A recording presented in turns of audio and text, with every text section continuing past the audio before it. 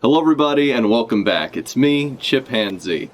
And as you can see, we're doing another episode of Chips Ahoy today. We've been on a roll, we haven't missed too many recently. I've been pretty good about getting the One Piece content out, and I'm excited about that.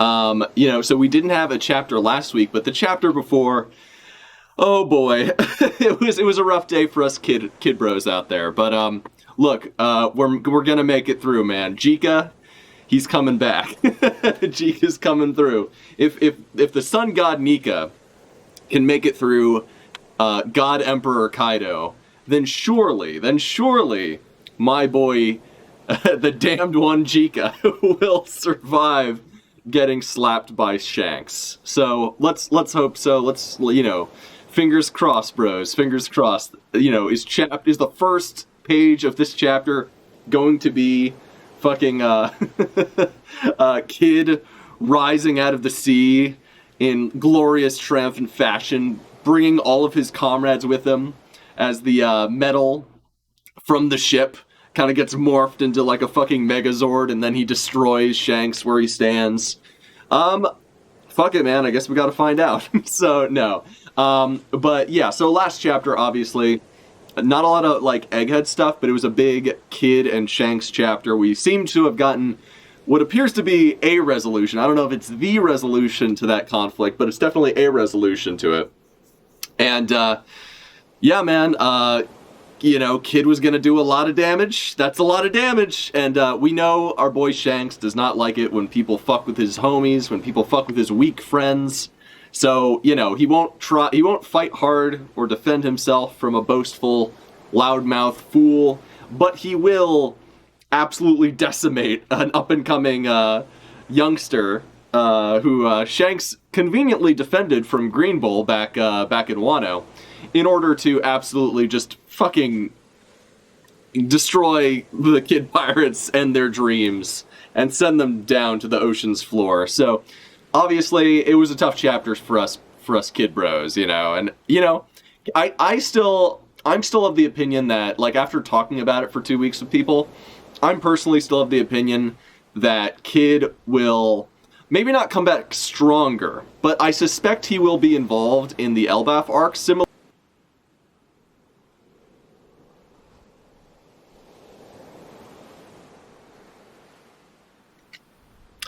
Hey guys, sorry about that. Some technical difficulties there. My camera froze up. Not really exactly sure what happened.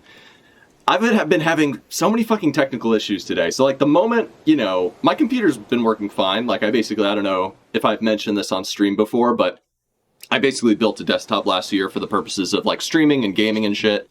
Yeah, like essentially it's been working pretty well. Recently I've had to like troubleshoot a few things, and even just like today, like I was hoping to go live at like way earlier, like a half an hour ago or like an hour ago or something, but unfortunately I had to troubleshoot some stuff with my network connection, and now, right as I start streaming, my fucking my fucking capture card freezes, its feed, so had to basically, just reboot it. Looks like we're good, so apologies for the shit there, but anyway. So we were talking about how, essentially, I think when I cut out, I was basically just saying that I think it's likely that Kid's crew might be fucked, but I think it is possible he might still play a role in Elbaf.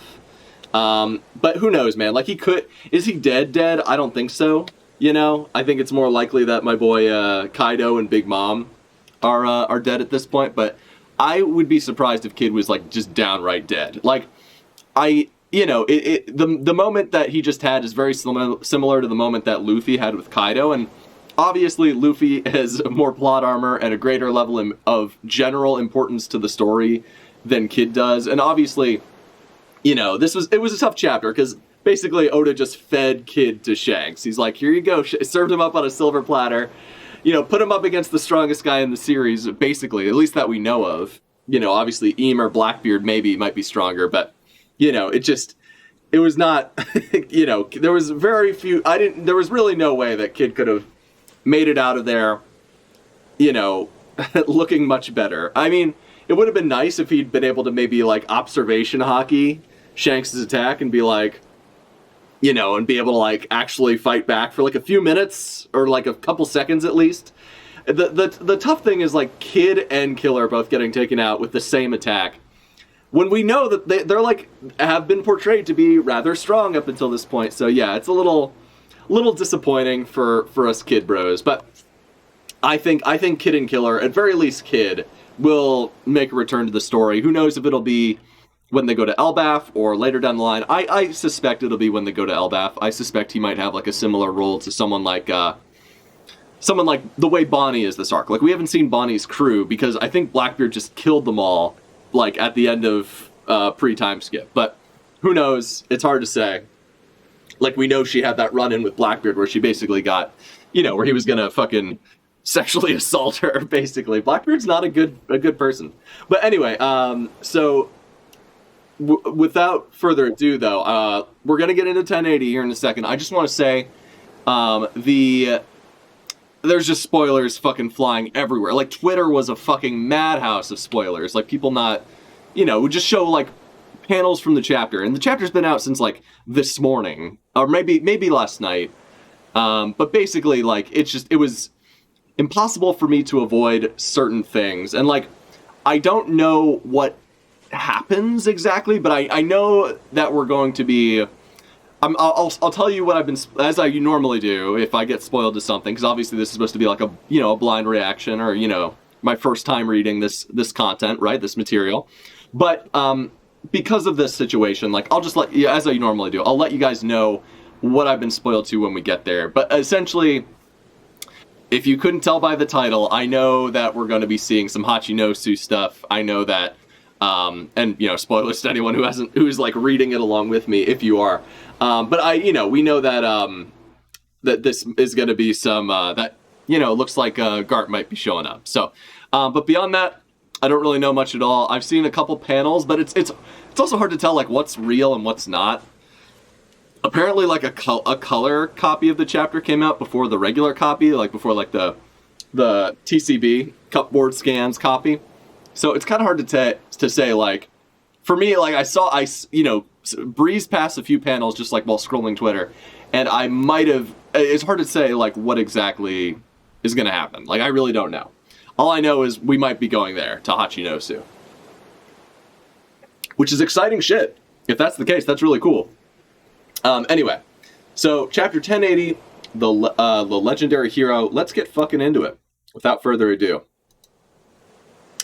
All right, so chapter 1080, the legendary hero. We got a cover page, and so that's interesting. So we haven't gone back to the Gurma cover story, which might mean it's over. Like, if honestly, if that it didn't say end, I feel like it normally there's something that kind of like confirms that it's done. But if the ending is just like Mads being reformed by Judge and Caesar, you know, joining forces, that's a good end. Like, that's really interesting, and that can lead to like really interesting stuff that would like impact the world over. So I'd be interested to see where that goes. But anyway, yeah, so chapter 1080, the legendary hero, and we got a great cover spread of our girl Komurasaki. Well, that's her slut name, but her real name is Hiyori, and she's hanging out with a goose, and they're hanging out with a paper mache. No, that's not paper mache. That's origami. Yes, the Japanese paper mache. No, it's not the same thing at all. So we got.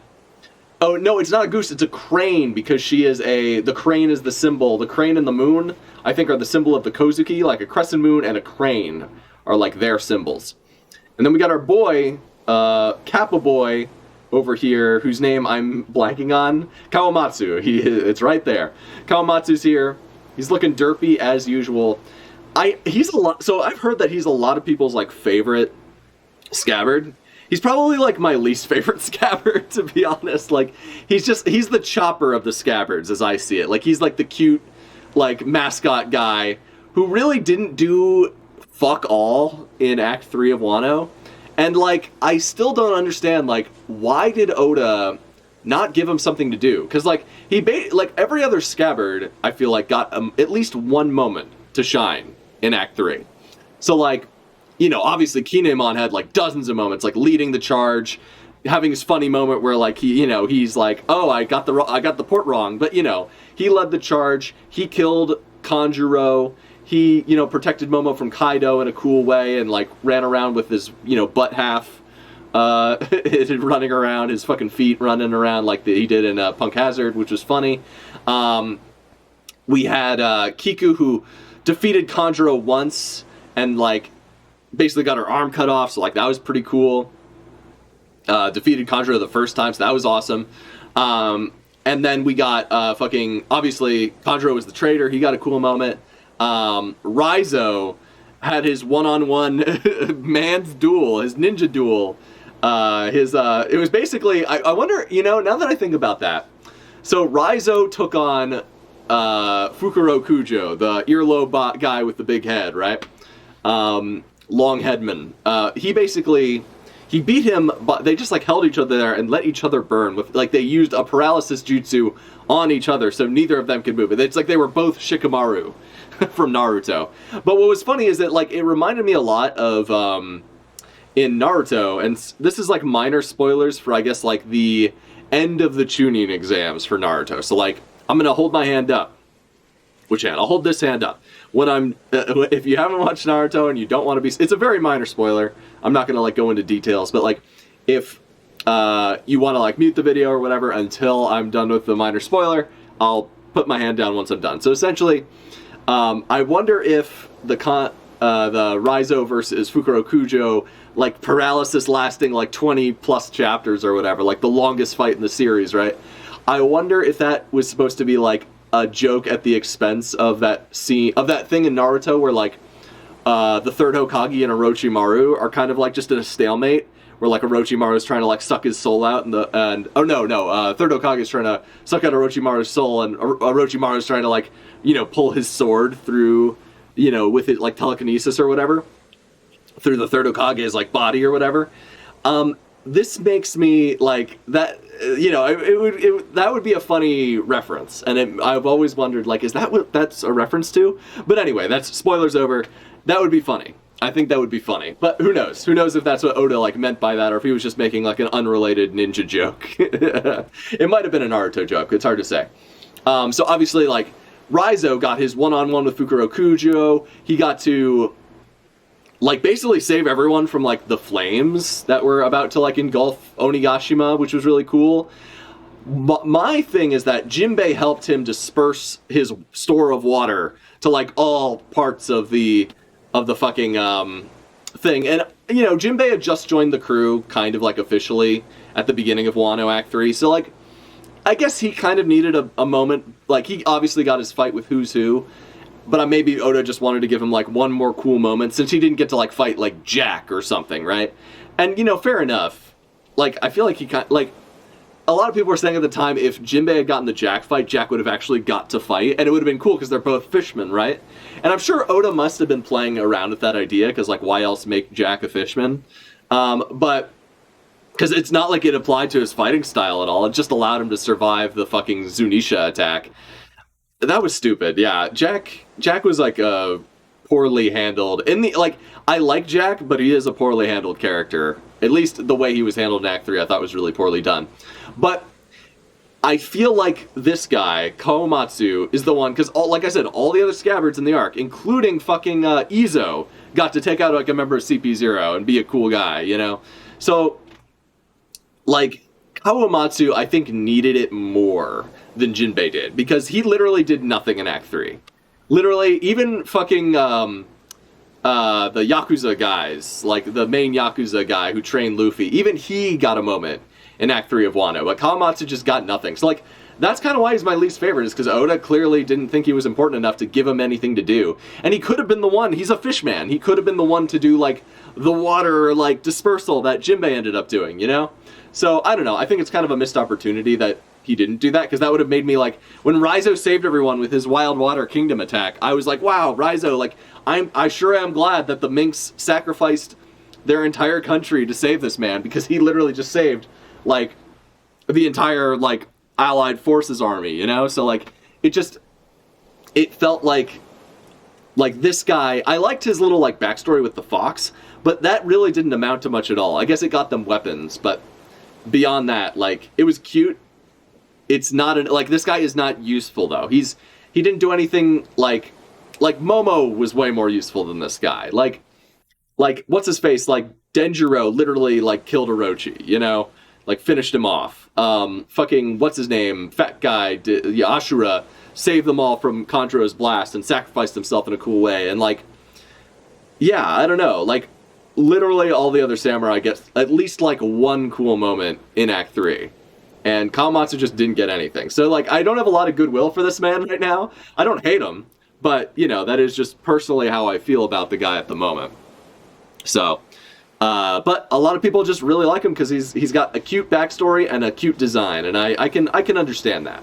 But anyway, cover request by Akamine Io, Kawamatsu and Hiyori playing with origami.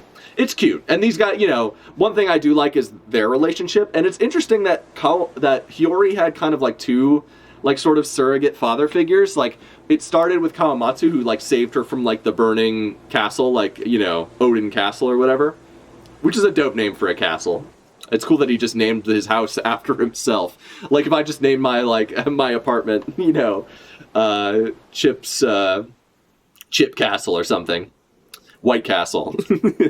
Anyway, so what was I saying? So yeah, so like so he took care of her first until she was like what? Like she was a little kid. I guess maybe she was like a teenager by the time he basically just got beat up. He was like stealing from like some old ladies, and then the old ladies caught him and fucking beat him with their canes, and then he got taken to like, you know, Udon prison or whatever. So like the way he got caught was stupid. It was funny though. I did think it was funny. But he took care of Hiyori, and then Hiyori basically became a prostitute to make ends meet. Which, you know, when you're fucking on your own as a young girl, like, you know, it's rough. It's a rough world out there. I feel for her. But Denjiro then kind of like, luckily he'd sort of established himself as like a cool Yakuza guy at that point. Like one of the like kind of like the up and coming Yakuza boss, kind of like replacing Hyogoro in a sense, like or at least taking over Hyogoro's role as sort of that Yakuza like badass of the capital. And he basically, luckily for Hiyori, you know, Denjiro, you know, was like kind of there to sort of guide her and like help her out and like kind of work together with her. Like I'm sure like they definitely conspired together, you know, like he was looking out for her the whole time. So she always kind of had like, you know, one of the scabbards looking out for her in a cool way. But unlike Kawamatsu, Denjiro was actually like super useful and like actually killed like one of the main bad guys of the arc. So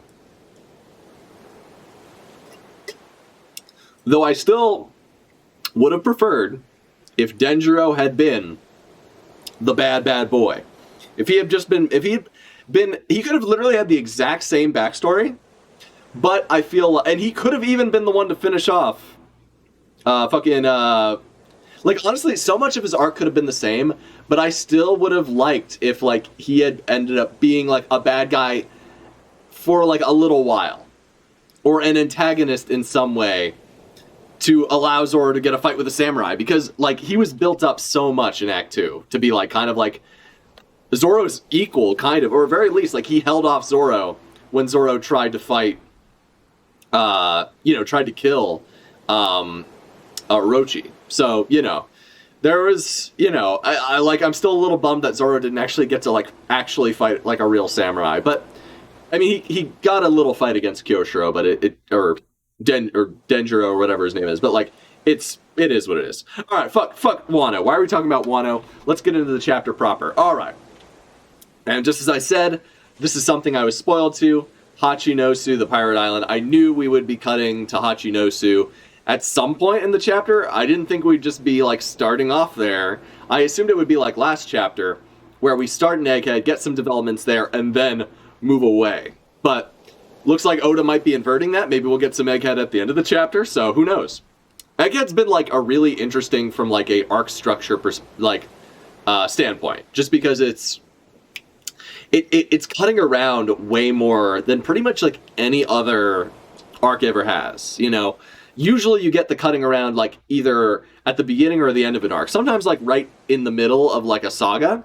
So like, for instance, like what's it called? Oh god, like Skypiea and Jaya and Skypiea. You know, between Jaya and Skypiea, we get some world building that leads into stuff that happens later, but really isn't all that related to Skypiea, to be fair. But you know, it is what it is. So this arc, jumping around so much, I don't know how I feel about it. It's gonna make it hard for me to like give this arc like it all depends on like what it leads to, right? Because it feels like a bunch of like unrelated but like really, really interesting events are happening. And like personally, I love when One Piece like jumps around and we get to see what other characters are doing and like what else is happening in the world. It's always awesome. And it's like, I always love to see it. Like, it's almost never a disappointment. It's always exciting. It like fleshes out the world more. It like makes other characters feel like, at least momentarily, like they're as important as our main characters, you know, or that they're doing important like world spanning things, you know. It's great, and it's one of the reasons I love One Piece. But yeah, it's definitely it's interesting. Like, it's definitely like he's never like Oda has never jumped around quite this much, at least not within a ongoing arc, you know. Okay, so Hachinosu, the pirate island, new world, havoc at the hive of piracy. Captain Kobe's on the loose. No kidding. All right, so we got some some rowdy pirate boys. You know what's great? Is last chapter, we got to witness, like, the way Shanks runs his, like, pirate empire. He is an emperor. He has a little, like, you know, he has, like, a fleet. And basically, we saw that his fleet is kind of made up of a bunch of doofuses. Like, I'm sure he's got some strong allies, but, like, it's mostly made up of, like, people who would have gotten fucked up, like, if they... how do I put it? Like, if they didn't join up with, like, someone strong enough to, like, protect them at least in name alone, you know? He protects the weak, and, like, his crew is made, like, kind of, like, is sort of just fodder. Just there to get, like, there to... But the thing is, he clearly cares about his crew because he didn't want... He literally blitzed Kid because he didn't want anyone to get hurt, you know? Like, he might have... Like, it seemed like he was less, like, interested in one-shotting Kid. Obviously, that's my read. Your mileage may vary on that one, but like, it's essentially the idea I got from like rereading last chapter was like, he was and his crew were gonna like duke it out, but like once he saw the future, that Kid was just gonna like destroy his fleet of like people that he's put, you know, that he are his friends and that he's, you know, decided to protect with his life, you know, and with his name and his flag and his reputation. Like, that's when he decided, like, okay. Like, maybe we could have had fun, like Kaido and Luffy did before this, but now that you've, like, I've seen what you're gonna do in, like, 10 seconds, I gotta, like, blitz you. And just hit you with, like, one of my strongest attacks, basically. Who knows if it is one of his strongest attacks, but it's a Roger move, so, you know, it's understandable why that went down the way it did. But the reason I bring it up is, like, what's funny is, like, we've seen, like, the different emperors clearly have different structures and, like, themes and ideas to their crew. And, like, Big Mom is obviously, like, kind of like a dynasty, like a family, like, you know, it's really interesting. And, like, you know, it's kind of like they're sort of, like, too stuck up and, like, inbred. Like, it's like watching, like, it's like if the Habsburgs had, like, a pirate crew back in, like, you know, old England, and they were like, you know what? Like, we're all too busy fucking our siblings to give a fuck about you plebeians, you know? It's, like, kind of like high class, you know? And then we have Kaido, and they're, like, a bunch of, like, Mad Max Fury Road type looking motherfuckers, you know? Like, you know, just a bunch of rowdy boys. And then we got, but they're all kind of fucked up and, like, kind of, like, dejected and, like, sort of, you know, like, no longer have much will to go on. It's just, they're just, like, you know, their spirits have been broken. Kaido breaks the spirits of his crew in order to subjugate them. You know, that's his thing. Where Big Mom forces people into, like, political alliances so she can, like, you know, further her conquests of the New World. And then we got Shanks, who's like, I will literally, like, you know, my crew is sort of there. It's big, but it's kind of, like, not that useful. It's almost more there for, like, intimidation. But in the end, he's the one who puts him and his main crew put themselves on the line in front of the fleet, at least when, like, shit's hitting the fan, you know? Like, he doesn't throw fodder at a problem. He operates in a different way than someone like Big Mom, who only, like, lifts a finger at, like, the last resort, you know, when it's absolutely necessary for her to do so. And then we got Blackbeard. This is the first time we're, like, really seeing, like, the mooks in Blackbeard's crew, which are literally, this reminds me of, like, I want to say Barbados. I don't think it's that's like an actual place. What I'm thinking of is there's a place in Pirates of the Caribbean where it's like a wretched hive of, like, scum and villainy. It's like it is a pirate's paradise kind of thing. And everyone goes there to fuck and, like, recruit pirates for expeditions and shit. It's like a lawless territory, and, like, I wish I remember what it was called, but essentially, like, that's what Hachinosu or Full of Lead or Beehive. I like to call it Beehive. I think that's the best name because it literally looks like a beehive with, like, all the fucking holes in the skull and stuff. But to me, like, this feels like that island in Pirates of the Caribbean where, like, Jack Sparrow got, like, slapped by the hookers and shit.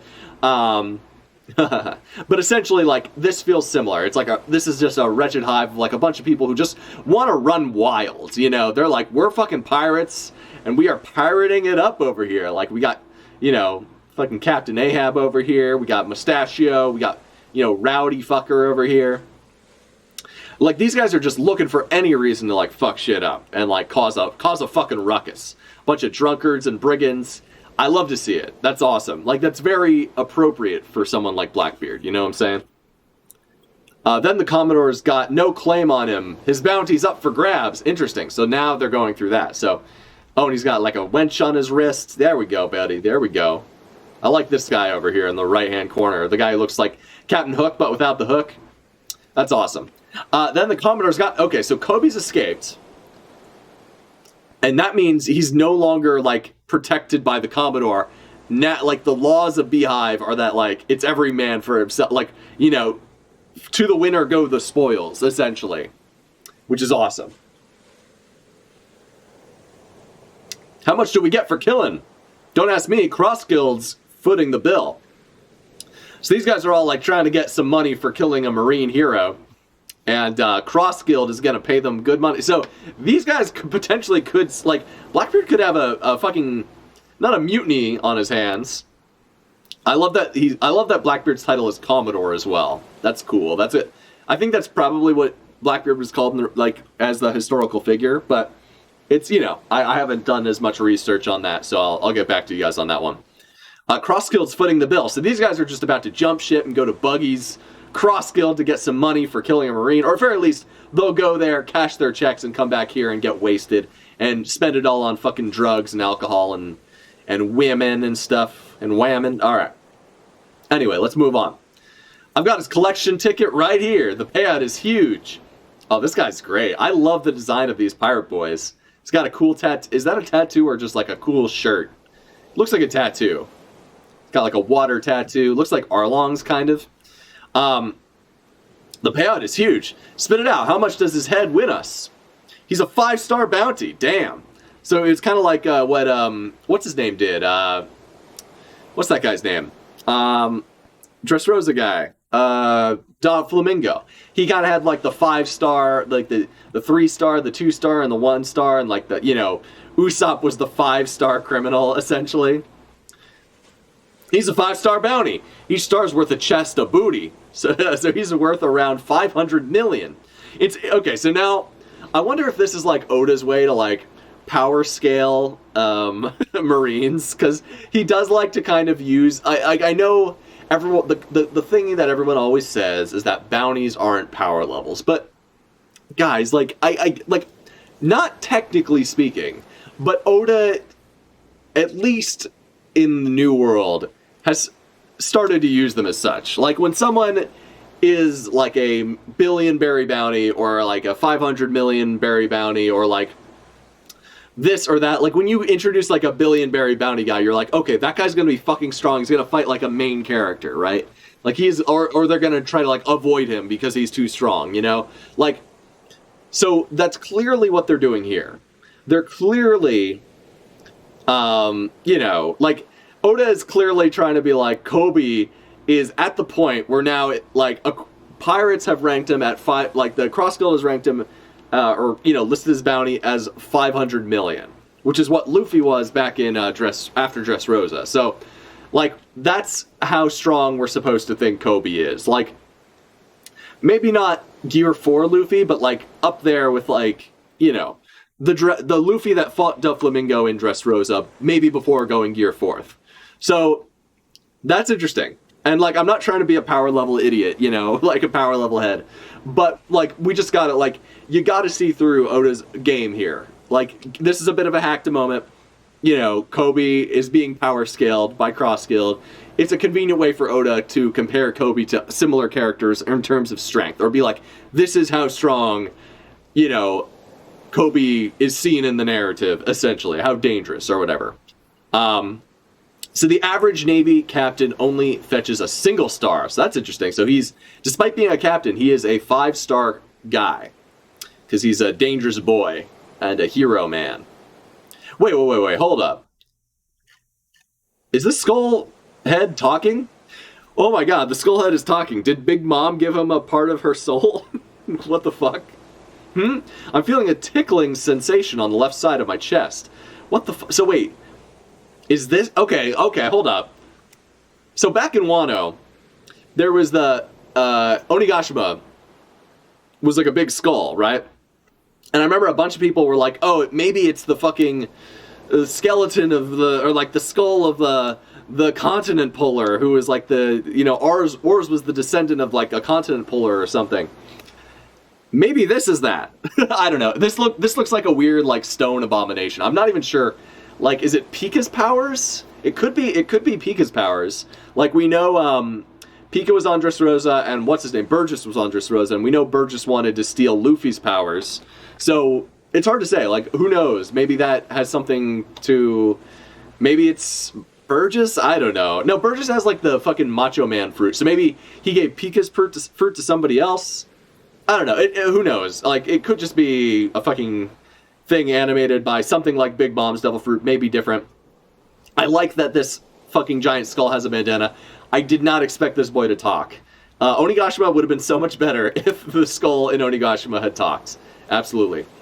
I'm feeling a tickling sensation on the left side of my chest. So that's the fucking island talking. That's right around where we keep the unsold slaves. Wah, nya. Don't tell me they're escaping too. So wait, is the island actually talking? Or is it like diegetic? I don't know. Like, I think it's actually talking. But who's it talking to though? I'm feeling a tickling sensation on the left side of my chest. That's right around where we keep the unsold slaves. The unsold slaves. So these guys are fucking trafficking. Interesting. Okay. Does this mean it's open season on all of them, Pizarro-san? Wait, Pizarro? Oh, wait, so this is Avaro Pizarro is the fucking island head? The fuck? That's interesting. Okay. That's pretty fucking cool. It must be like Pika's fruit or something, right? I'm feeling... Because, like, we know Blackbeard's been collecting devil... That's his thing. He collects all the best devil fruits. I'm feeling a tickling sensation on the left side of my chest, says Ivaro Pizarro. That's right around where we keep the unsold slaves. Yeah.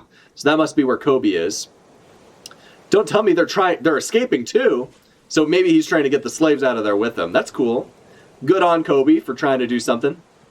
I mean, honestly, Kobe trying to escape does make him cool, Like, that is a cool thing to do, and I appreciate that, That gives him a bit of agency. He's not just a plot device now. Does this mean it's open season on all of them, Pizarro-san? You're crazy. Quit being so bloodthirsty. We need them alive. That includes Kobe. Listen or I'll teach. So now they're freaking out. Now they're like, okay, no, we can't go to Cross Guild. Obviously, these boys are bloodthirsty motherfuckers. They just want to kill and slice. But Pizarro's like, no. That's our fucking golden ticket, boys. You can't go killing and slicing our slaves, man. That we gotta. We don't get any money for them dead. Listen, I'll teach.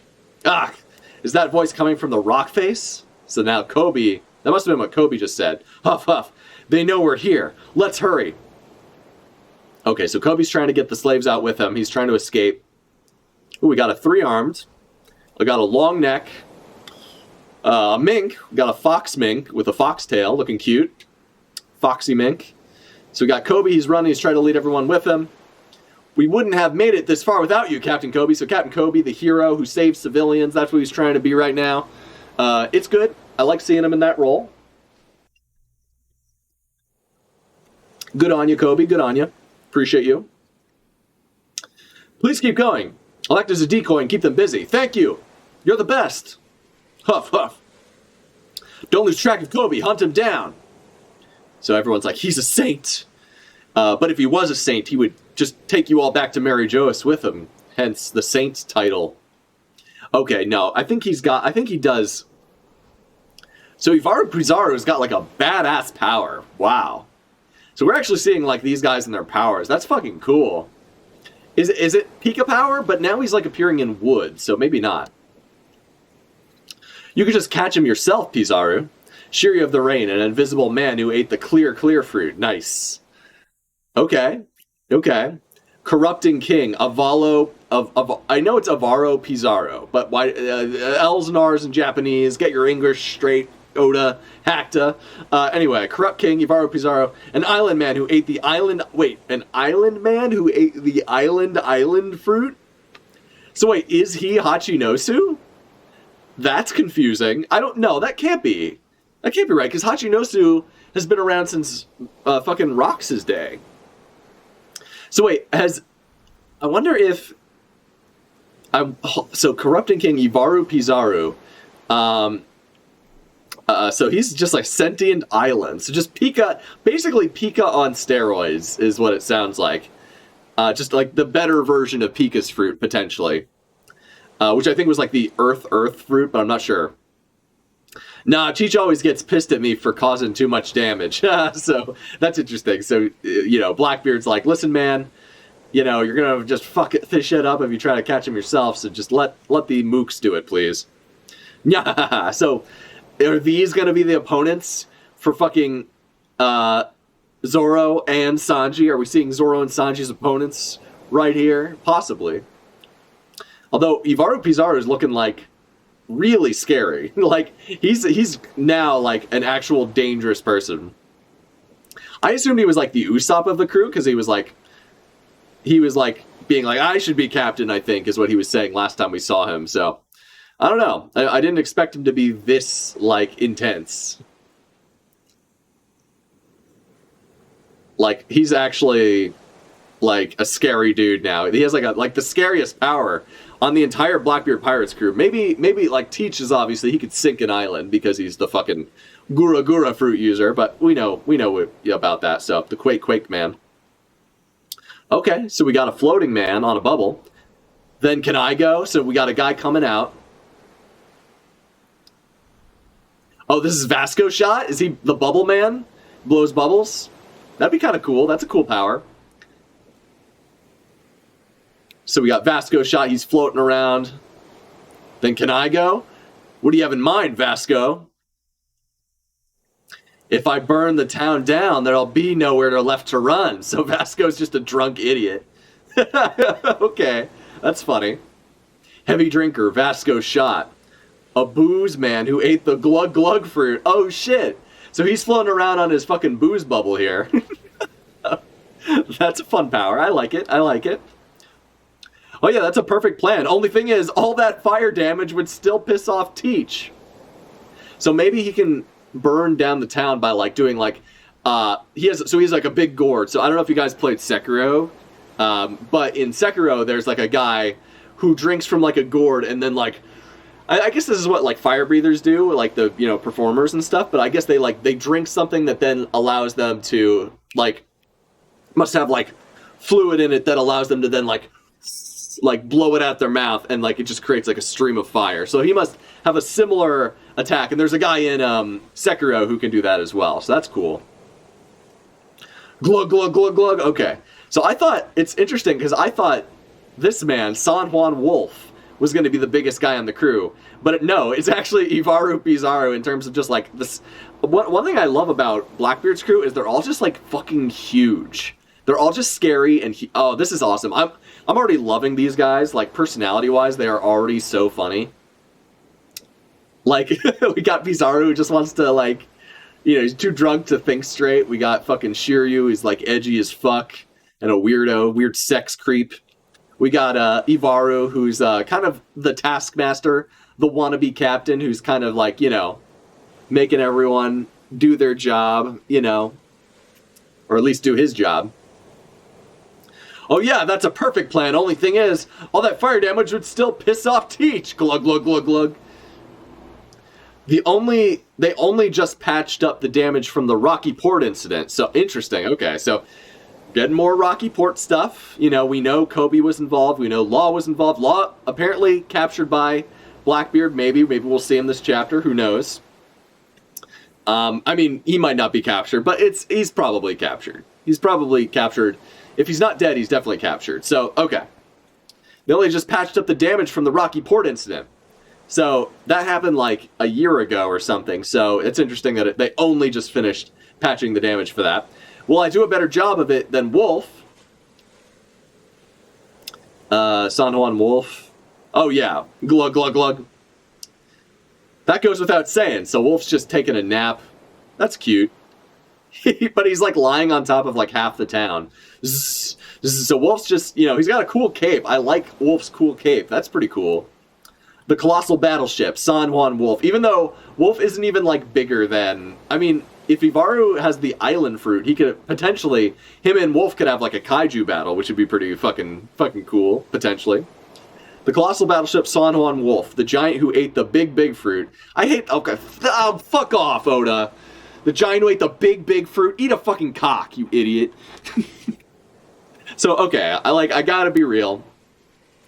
One of the things I hate the most about Blackbeard's crew so far, because I like pretty much everything else about them except for this, and it's that Oda gives some of them the least creative, most redundant devil fruit powers in the goddamn series, and it's fucking bullshit every time.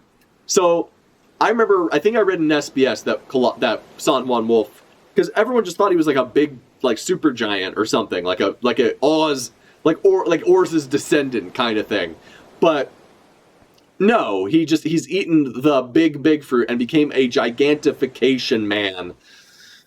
Oh god, Oda, can you do something more creative than that? Just make him a big guy. Huge, Titanic-sized behemoths, like a giant elephant is walking around the world. Why can't this man just be huge? Why not? Like, what the fuck, you know? That's so stupid. So, like, I don't know. I fucking hate that when he does that. And he did the same thing with I slapped my own nuts by mistake. Sorry, guys. That's how mad I am. I needed to take it out on my own balls. But anyway, so, what was I saying? So, we got big old Wolf here, and like Oda did the exact same thing with fucking not Shiryu. I don't know why I gave Shiryu the invisibility fruit. That seems like super underwhelming, kind of. You know, why give him Sanji's fruit? You know, that's my boy Sanji's power. Leave it to no, but it's I don't know. I guess it was just to sell the Absalom moment, but he kind of deserves a better power than that. That's not really that interesting. But what I was saying though, sorry guys, I keep getting off topic a little bit here, but what I wanted to say here was that, I just hate when Oda gives someone a power that they don't need, you know? Like, Burgess has the strong fruit, the Macho Man Randy Savage fruit, and he's just a bigger macho man than he was before. He's so macho. Fucking macho. But no, it's like, come on, guys. Like, we didn't need that. Like, Burgess was already... Sorry, I was looking at the panel on my ceiling. It's looking a little loose. I might have to take a look at that later. Anyway, Burgess was already super strong, and he lifted up like a big mountain and threw it, and that's cool. But guess who already did that without the strong fruit? Mr. Diamond Jaws picked up a giant iceberg and tossed it. And, you know, he is just as strong as Burgess, or has just as many, like, strength feats as Burgess, but has a completely different power that is unrelated. And I'm sure Diamond makes you a little tougher, and I'm sure he lifts heavy, but that's the thing, is, like, he was already strong. Like, he didn't, like, and there are characters like Garp, who can throw a giant, like, fucking anvil and crush battleships, you know? He doesn't need the strong fruit to be strong. He's just strong. He just lifts heavy. He's got swole. He's a fucking Chad. Like, Burgess is a fucking bitch, and it's Oda's fault for making him that way because he gave him a fruit that he didn't need. So, you know, I don't know. I don't like that, but whatever. Gonna get that a little closer to me. But yeah, I just fuck that shit. That's stupid. I don't like it. I don't like it. Anyway, let's move on here. Actually, yeah, we'll keep it there. But yeah, so as I was saying, I don't like that this guy has the big fruit. Why couldn't he just be a big guy? We have giant elephants. We got giant, you know, oars guys. Like, why did we need him to be a dude who ate a big fruit? Because then presumably he can deactivate it, right? It's not like a fucking, I don't know. Who cares? All right, so now Kobe's running. He's doing his best. He's holding up the fucking ball they tied to his ankle, the ball and chain. But he's still moving fast and getting away from the pirates. They're doing his best at that anyway. Excuse me. Just clearing my throat. Let me clear my throat. Okay. Huff. Escaping on foot might not be possible. But at least I'll be able to buy enough time for the others to set sail. Oh, Kobe, you saints. You beautiful man. Too much of a Gary Stew, man. I mean, at least with Kobe, he's likable. He has similar qualities to Luffy. Because he looks up to Luffy in a lot of ways. Or at the very least, Luffy's tenacity and his will to follow his dreams. That's what he looks up to. He also looks up to Garp, I'm sure. Huff. So, hero, tell me. Oh, flashback. Okay. We get fucking Kobe hanging out with Blackbeard. Do you like my idea of making Pirate Island a full-fledged nation? It can be government affiliated so long as I'm king. Oh, okay. I assume this is like just him fucking bullshitting. Like, he's not actually planning to make it. He's not going to join the... Like, Blackbeard ain't going to join the world government. Oh, shit. Okay, so hold on. In the background, we see fucking Kuzan and this guy, Von Augur, the badass sniper with the warp fruit. That's a cool fruit. I like that. Although I think it would have been cool if he'd been given, if like Doc Q had been given like fucking Law's powers or something instead of his, you know, woman fruit or his sixth fruit or whatever that makes you so ill that you change genders, I guess. That's such a weird application of that apparent power, but whatever. Anyway. Alright, so Pirate Island, a full-fledged nation. It can be government affiliated so long as I'm king. The Blackbeard Kingdom has a nice ring to it, don't you think? I always love Blackbeard's laugh. It's so good. I think it sounds delusional. So it's interesting that Blackbeard wants to... So he's interested in potentially becoming... He wants to be a king. But, like, he wants to be the king of the pirates because it's the Pirate Island. So he wants to be... He's already kind of, sort of, in a way... The king of Hachinosu kind of is the king of the pirates because it is the Pirate Island or whatever. It's like the island that's known for being the for pirates specifically. So I really want to learn a little bit more about, like, I love the detail that Blackbeard used the Rocky Port incident as a way to oust Ochoko from who was the former leader and who was a member of the Rocks Pirates, if you guys don't remember. Literally a actual pirate who actually exists, and like it's Ochoko or Wang Zi, and my understanding is that Ochoko is the name in Japanese, Wang Zi is what he was known as in China, and apparently in Japan he's remembered rather fondly because he helped like traders from the West establish connections with Japan when they were being like, when they didn't have that connection before, which helped them like kind of survive against China. But China fucking hated Wang Zi, basically. They hated Ochoko because, he was just like a fucking menace to them and was like, I think, a Japanese pirate initially. Really cool history. And one thing I love about One Piece, and I'm sure you guys like this as well, is just like when Oda actually makes like, even if it's a subtle historical reference, when he does a historical reference, it's always cool. Like even just including characters that like giving a pirate a name that is the same name as a pirate who actually existed, and like learning more about that, like a little bit more about history, even though it's obviously not even, I wouldn't even say it's historical fiction. It's just fucking weird fan fiction, man. Oda's a weird dude. But it's also interesting, I was actually reading somewhere that the pirate that Captain Kidd is based off of, and I think his name is also Kidd, according to Google anyway, was known as the most, like, his reputation was that he was the unluckiest pirate in all of history, which really checks out. So, Pirate Kidd. Pirate Captain Kidd. I'll figure it out later, but I just want to see if I can quickly fact check that. Yeah, William Kidd, I think was his name. William Kidd, also known as Captain William Kidd or simply Captain Kidd, was a Scottish privateer. Conflicting accounts exist regarding his early life, but he was likely born blah blah blah. And yeah, he's known as like the unluckiest pirate in all of history or something, which is pretty funny. Yeah, it's interesting.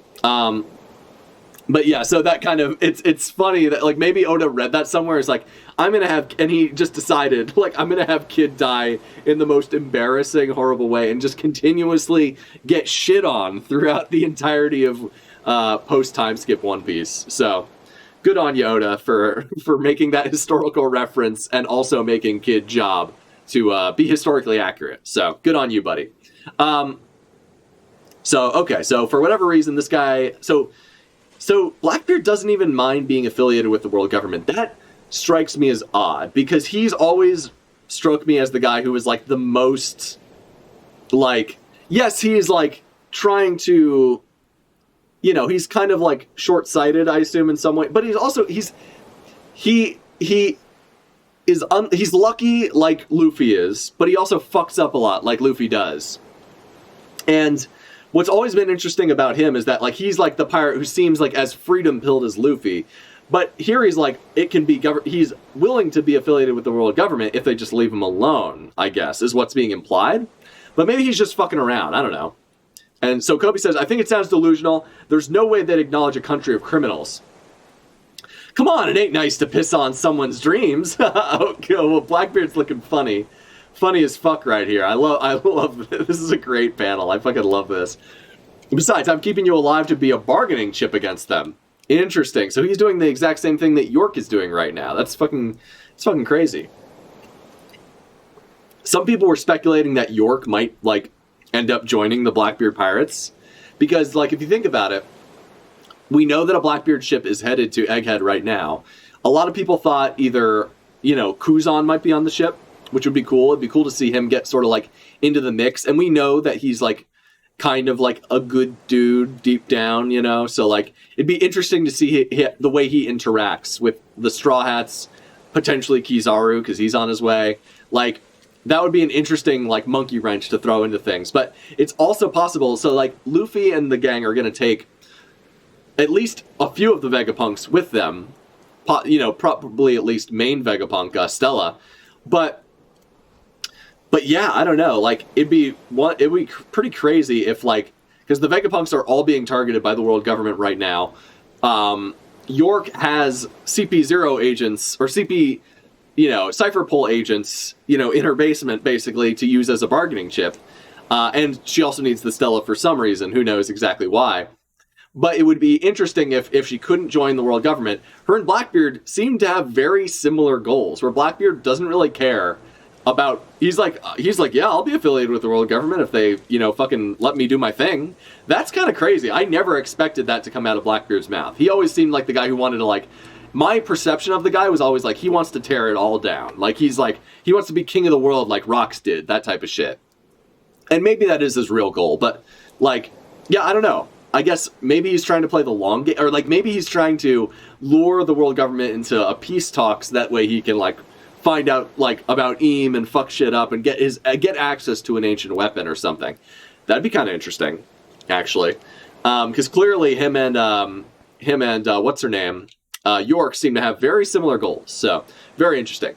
All right, come on, it ain't nice to piss on someone's dreams. And it makes the fucking dumbest face in the world. Besides, I'm keeping you alive to be a bargaining chip against them.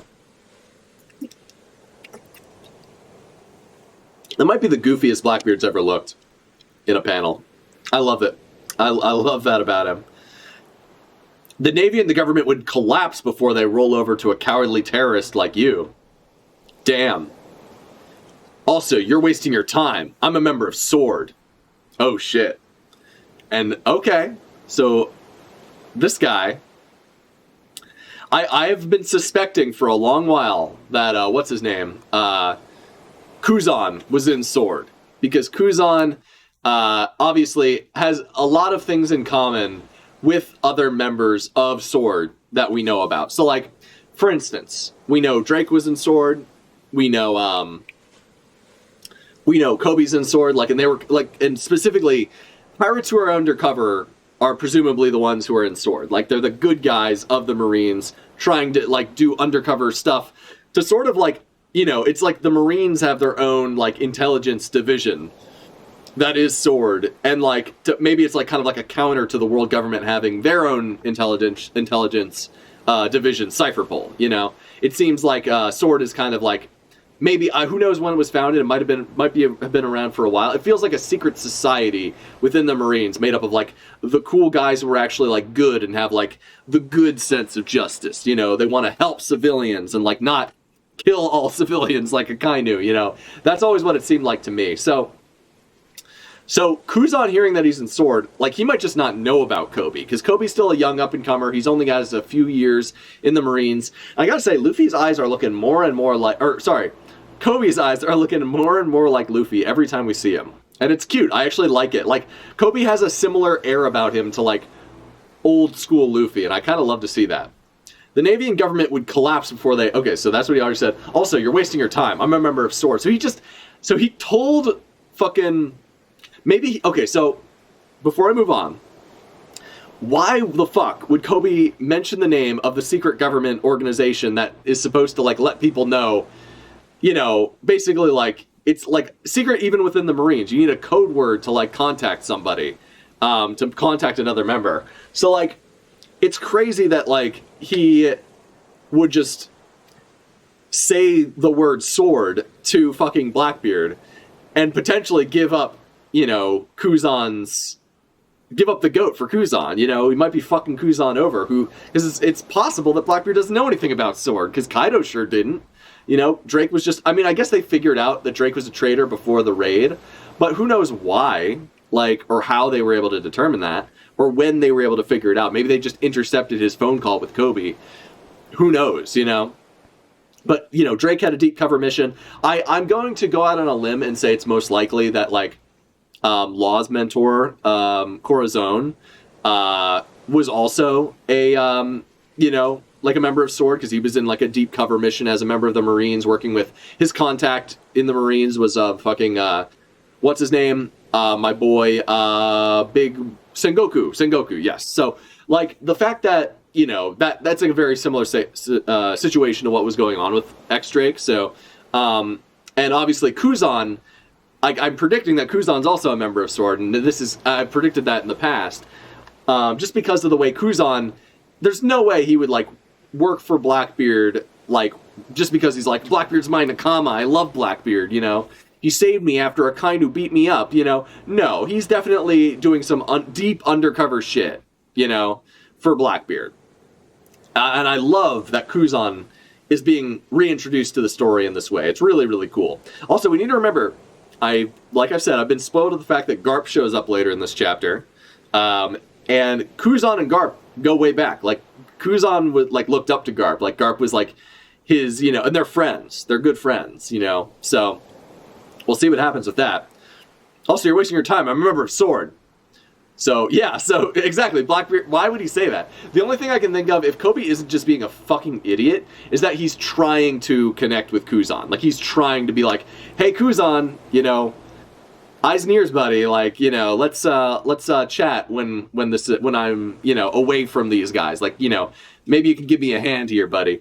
So, Sour Lemon says, do you think this might be the point in where Kuzan betrays Blackbeard? The timing seems optimal considering the spoilers you already know. I mean, like I said, I'm not spoiled to, like, how the chapter plays out. I don't know.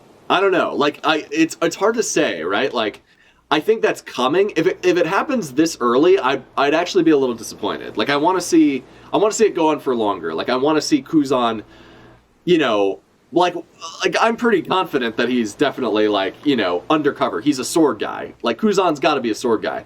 But and it seems like there's only 4 of them. Sour says it seems like there's only 4 of them. 4 sword members? I'm not sure what you mean by that. No, there's a lot of sword people. Like a bunch of those people we met back on that place where Tashigi was hanging out earlier this arc. That place. Oh, Sour Lemon says Blackbeard's not even on the island right now. I haven't gotten that far, so it seems like there's only 4 of them, 4 members of the Blackbeard crew. Okay, well, I don't know. Like I'm not that far into the chapter. I'm only here. So, you know, so yeah, if that's true, that's news to me. I don't know what's going on. It's possible. I don't know. We'll see. Also, you're wasting your time. I remember a sword. Sword? The hell's that? So, okay, so as I thought, Blackbeard didn't know about sword, so Kobe saying it is either really stupid or it's him trying to get Kuzan's attention, if he's smart. So, okay, Kuzan says that rules out using him, Teach. If he's serious, it'll be a total bust. He's already given up his Marine code. Sword members are Marines who are no longer recognized on paper. Oh, interesting. Okay. So, hold up. Really? That seems like a fucking lie. That seems like a bold-faced lie. Because, like, surely, like, we saw that guy with the baseball cap. He's a sword guy. We saw fucking, we saw that other fucking guy, who am I thinking of?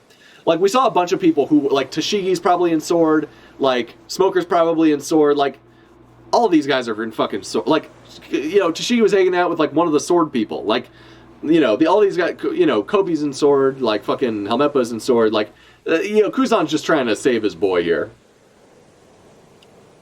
That's literally it.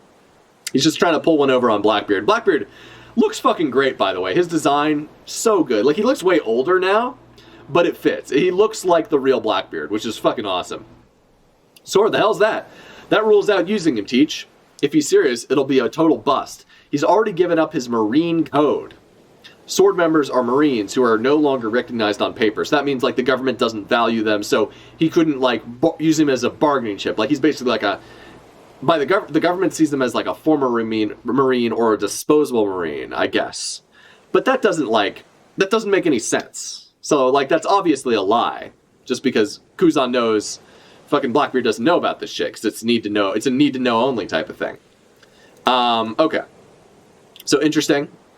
Everyone in Sword has officially resigned their commission. That allows them to ignore certain command protocols. For example, they can fight an emperor like you without authorization.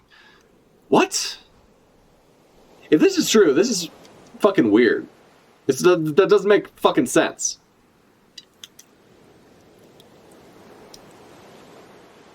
And the Navy can always disavow their actions and cut them loose at any point. Okay. Okay, we gotta talk about this, because this is fucking stupid. This is fucking stupid. I mean, if that's what Sword is, that still doesn't make any goddamn sense. Because here's the thing. So if that's what Sword is, this is so dumb. If that's what Sword is, then what? Like, we know that the fucking, like, the Marines got their information about Kaido and Big Mom, their alliance, from Drake, I presume. I mean, maybe not. Maybe it was a Big News Morgans thing. Who knows? I guess it's possible it wasn't just Drake. But, like, at the very least, there was a chapter where the Marines didn't know about Big Mom and Kaido allying. And then the next chapter they did after Drake told Kobe at the end of the previous chapter. So, I don't know. Like, it seems like the Marines are benefiting from the actions of these Sword members. So them just being like, oh, we could disavow their actions and, like, blah, blah, blah. That's so stupid. Like, so, like, what? If a Sword member decides, like, oh, I can avoid protocol by fighting an Emperor now. Let's say they kill an Emperor's crewmate or capture an Emperor's crewmate.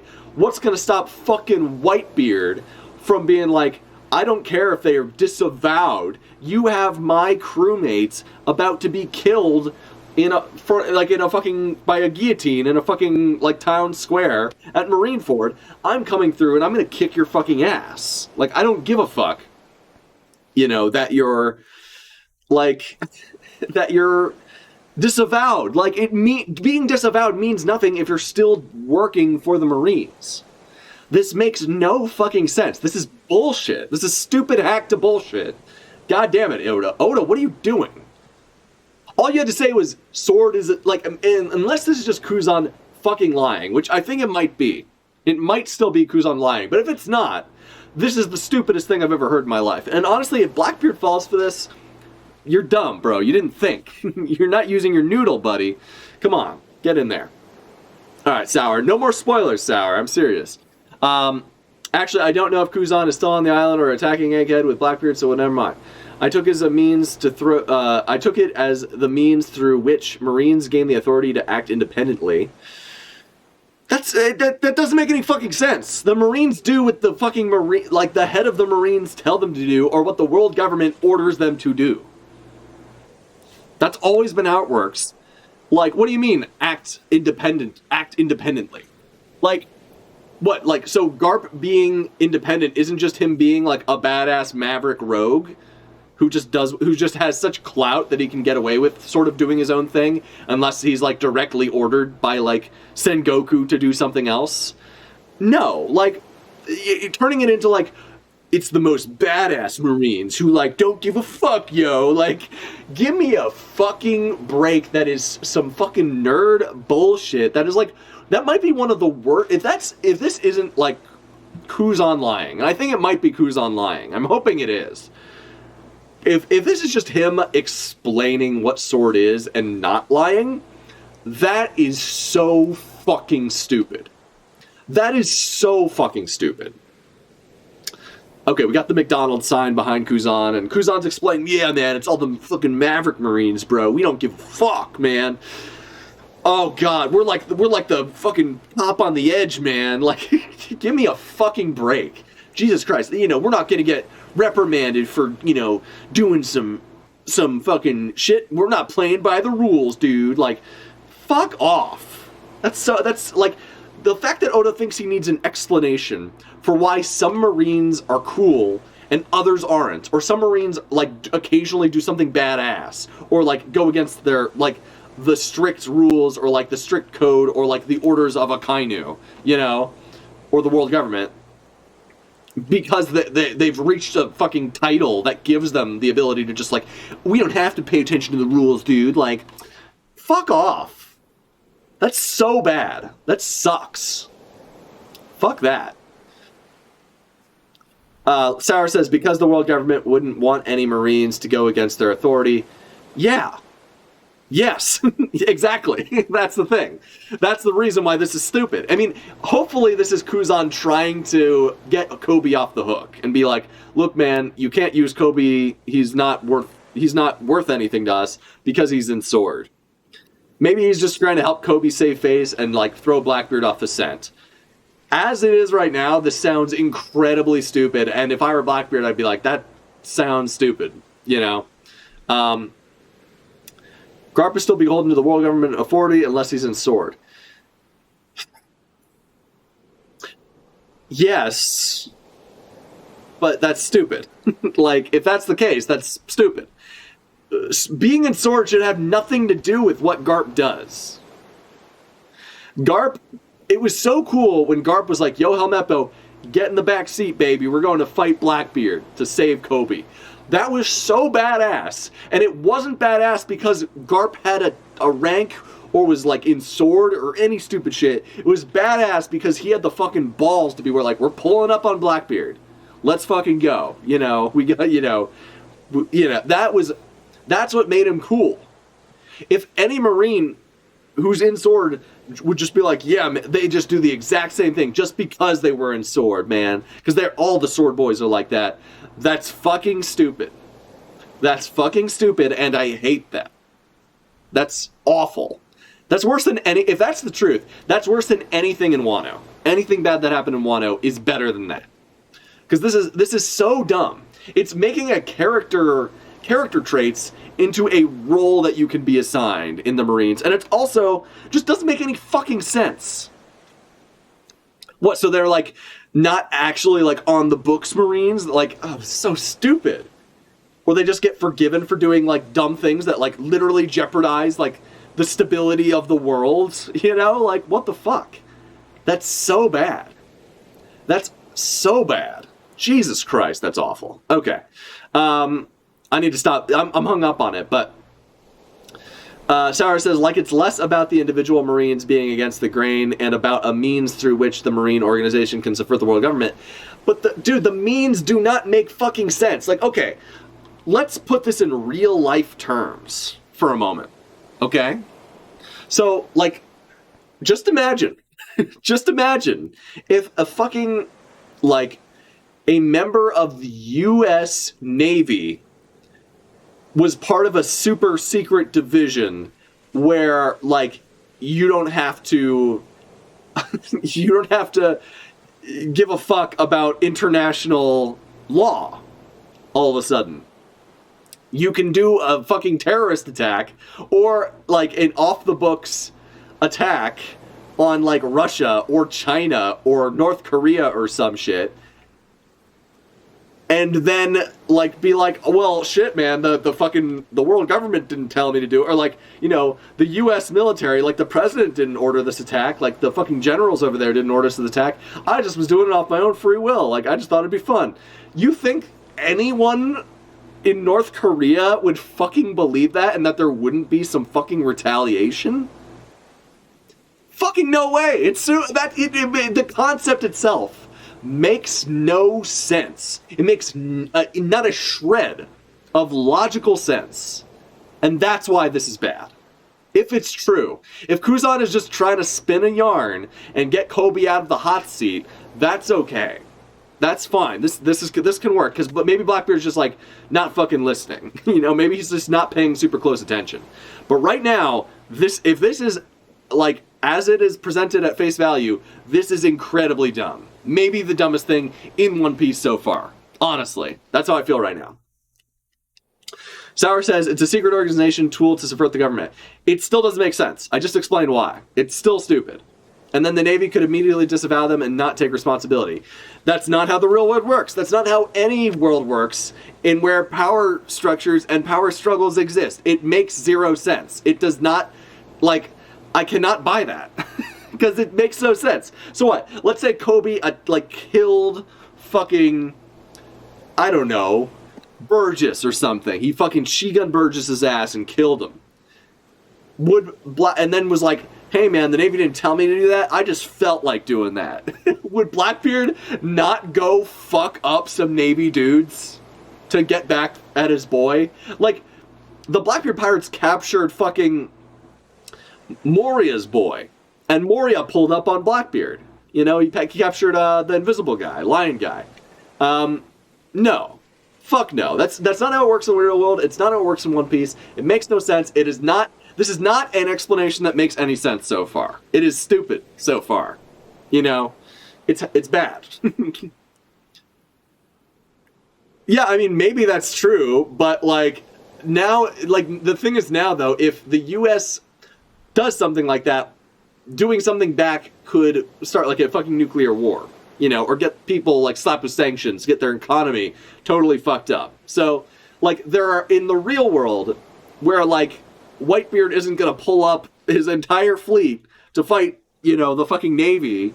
Like in the times when stuff like that would happen, like, you know, if you go back to like what, like the, I don't know, not 1960s, like the 1660s or the 1600s. Like, if there's an assassin from Britain who tries to assassinate the King of Spain is going to send his fleet to destroy Great Britain, you know? Like, it's like, oh, he told us they weren't involved, but it's like, no, we know they were involved. Like, obviously today, things, you know, you have different ways, more humane ways of, like, waging war against people, or like humane as in like not necessarily humane, but like you can send a drone, you can send like a fucking missile to blow up like an empty facility, like you can I don't know, like any number of shit, like, you know, bioweapon, I was like sanctions, like all kinds of stuff, you know, blockade, whatever you want to do. So order somebody to do something and then turns around and is like, but you see, they weren't actually part of the military. Actually, this is how the real world works. No, not like today, maybe not in One Piece time. No, again, the U.S. does this shit all the time, specifically when the CIA fucks up. Sure, whatever. Cough, cough, Nord Stream pipeline, cough, cough, every coup d'etat. Oh my God. Stop. I'm telling you, this happens all the time. In modern post-nuclear history. Yes, in modern post-nuclear history. Yes, we agree on that. I don't think we actually disagree. I think there's some semantics getting in the way, possibly because we're talking over text, you know? Anyway, getting on with the chapter. So this is dumb. Oh, I get it now. So that's why some rats scurry away. Interesting. Okay, so Blackbeard's like, I'll accept that because I'm an idiot. While others don't hesitate to gnaw on your fingertips. I know which ones I prefer. Blackbeard likes getting his toes sucked, and he's about to have Kobe. I mean, Kobe is conveniently in the direct eye line of Blackbeard's cock right now. So we all know where this is going, boys. We all know where this is going. Well, those don't. Okay, so still, I ain't budging on this. Let's see how far this plan takes us. So Blackbeard is trying to use Kobe to make a deal with either the Marines or the world government so that Hachinosu can be a recognized kingdom and he can participate in the reverie? Is that what he's saying? I doubt the government would write you off that easily. After all, the public wouldn't be pleased to hear that they lost their precious hero. If things don't go to my way, I can at least give the government a bloody nose. Okay. Okay, based. I'm taking it. Also, I kind of like I'm sure some people might look at this picture of Blackbeard and be like, oh, this doesn't look good. I think he looks great. I think it looks really good. I don't know if it's as clean as like pre-time skip, but I still like it. Questioning Intel. Nice to meet you. Welcome to the chat. How you doing? Hi, I want to offer promote. Oh, fuck off. Oh God, get the fuck out of here. All right, Sour says One Piece is to a non-minimal extent a commentary on contemporary politics. Okay, fair enough. Fair enough. I mean, you're not wrong about that. You're not wrong. And it's not exactly like, you know, what, like the 1500s, the 1600s, the 1700s. I get it. When pirates were actually, like, it's kind of a blend of, like, modern and, you know, pre-modern. I was going to say post-modern, but no, it's pre-modern stuff. You know, like fables mixed with, like, commentary on, like, you know, contemporary situations. So that makes sense. I get where you're coming from. Like, I understand, and it's maybe it's not as bad as I gave it credit for, but it still does sound stupid. Like you said, it's something that happens with, like, the CIA a lot, but, like, these guys are literally, like, card-carrying members of, like, the police, basically. It's like, if you roll up in your policeman uniform to, like, I don't know, a place where people don't like police, they're not gonna like you either, even if you're like, no, I'm one of the good ones, bro. That's just, like, you know... That's just kind of how it is. Like, I don't know what to tell you. Like, it's different for Marines than it, like it'd be one thing if someone from, like, Cypher Bowl got caught doing some, like, shady shit. But, like, that's not what happened here. The world government could very easily and accurately be taken as a commentary on the United States, with the Navy being the U.S. military and Cypher Bowl being a better CIA. I mean... Ban question Intel. I don't really care enough to ban them. It's a mixture of industrial imperialism, police states, and empires. I think there's a commentary on, like, a lot of stuff. Like, I think there's also, like, a bit of a UN thing going on, like a bit of, like, a, you know, like there's the 1% actually being the ones in charge, you know, stuff like that. But, you know, it's a lot. One Piece is trying to say everything about everything, kind of, you know, in a way. Or a lot of things about a lot of things, at the very least. In the United States being the current world empire, or one of the bigger ones, for sure. I mean, probably, yeah, probably the biggest, I would say. That's fair. It's funny to live in the U.S. and be like, oh yeah, that we live in the fucking world government and we benefit from it. You know, it is an interesting thing. Shout out to all my international friends who are cooler for not being here. If things don't go my way, I can at least give the government a bloody nose. I thought he was going to say a nose job. I mean, with his nose, he could give someone a fucking hand job with that, or a nose job, pretty good nose job, to be honest. Until then, keep him locked up. We can't save him. We can't have him slipping away and ruining my fun. Yes, sir. Huff, huff. So Blackbeard has some plan to, I guess, trade Kobe for something, because he's a well-liked person. Okay. Stop right there, Kobe. Wheeze, wheeze. Hey, I'll let you out if you free Moria-sama. He's in one of the steeper cells. Interesting. Okay. So we're having a bit of like we're speed running a Impel Down Impel Down arc, or a Prison Break arc right now. Getting some flashbacks to like what happened previously before the current events of the arc. So that's interesting. So Perona was like, you gotta save Moria. So Moria wasn't killed, he was captured. That's interesting. I assumed he would be dead. So we saw Perona, where was it? I think it was in between Act 1 and Act 2 of Wano, in the intermission before the second act. We actually saw Perona be like, oh shit, Moria was in the paper, he's still alive, I'm gonna go see him. Like, and she basically went off, like she had been staying with Mihawk up until that point, and then went off to like find Moria and rejoin the Moria pirate, or like the Thriller Bark Pirates or whatever. So she's floating around, so that's interesting. And actually, this panel of Moria talking to Kobe actually is something I was spoiled to. Like, I wasn't sure, because I saw a panel of these two, and I thought maybe it was fan art, because it was like colored in a weird way, so I wasn't 100% sure this would be real when I saw it on Twitter, but I got a glimpse of this, so I'm not surprised that it's happening. That's why I wasn't like, whoa, Perona, cute ghost girl, that's awesome. But like, yeah, I unfortunately kind of expected she would be here. Or at very least thought it a possibility. So that's interesting. So maybe Kobe and Moria, I was about to say Koboria. Kobe and Moria, tag team, Blackbeard. Hell yeah. Get that rectum resized for him. I may have teamed up with a pirate, but that doesn't change my duty. Interesting. Hey, so he freed Moria and a bunch of slaves. Moria probably did. Okay, so it looks like, come in, 3 Marines are attacking the port. They're crazy strong, watch out. So only 3 Marines. Who are they? So is it Helmeppo, GARP, and GARP's sidekick, the guy with the sword and the cool glasses, who reminds me of like a super secret James Bond guy? That'd be kind of cool. So Kobe says, what? Did they just say 3 Marines? There's no way. Yeah. Gosh, what am I thinking? It's not like they'd send anyone just to save me, right? Oh, he's blushing. He's like, come on. They wouldn't send anyone for little old me. Okay. When did I start thinking the world revolved around me? I need to get a grip before I embarrass myself. Aw. This is a cute internal monologue. It's also funny because, like, Kobe is so Luffy, like, in demeanor and tone nowadays. He's even kind of got, like, Luffy's eyes, like the big wide eyes, and, like, you know, kind of, like, honest to a fault, and, like, you know, very upfront, and, like, very noble, and cool, and altruistic, and, you know, awesome and stuff. But Luffy doesn't have any internal monologue, pretty much ever. And Oda has made a comment that he doesn't give him internal monologue because he wants Luffy to come off as a man of action. So he doesn't really, like, yeah, plus he doesn't think. Plus no thoughts, head empty for Luffy. But anyway.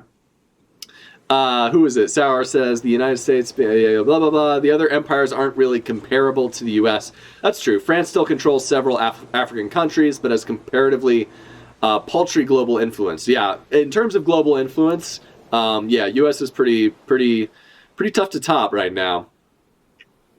China is the closest because global power is directly related to economic strength, and they're damn tough in that department. Yeah, that's very true. That's very true. All right, so he's trying to get a grip, and we got these boys. Okay. Oh wait, so these are the guys we saw back in that Navy base, like the G8 base or whatever. Who the heck are these guys? They're so tough. They seem, or was the G5 base? I'm not sure. They seem to be trying to push us back to the town center. What are they up to? Stop them. So these guys are all sword guys, I presume, as well. Damn it, our guys aren't working on them. Our guns aren't working on them. Okay, so they're like tough boys, huh? Okay. I mean, they look fucking swollen. They got the fucking like, you know, fucking arm pads and shit. They're looking strong. Enough already! Oh, this guy's a fucking Logia. Gwa! Whoa, I cut his head off. This is an interesting design, this guy with the big hair and the big hat.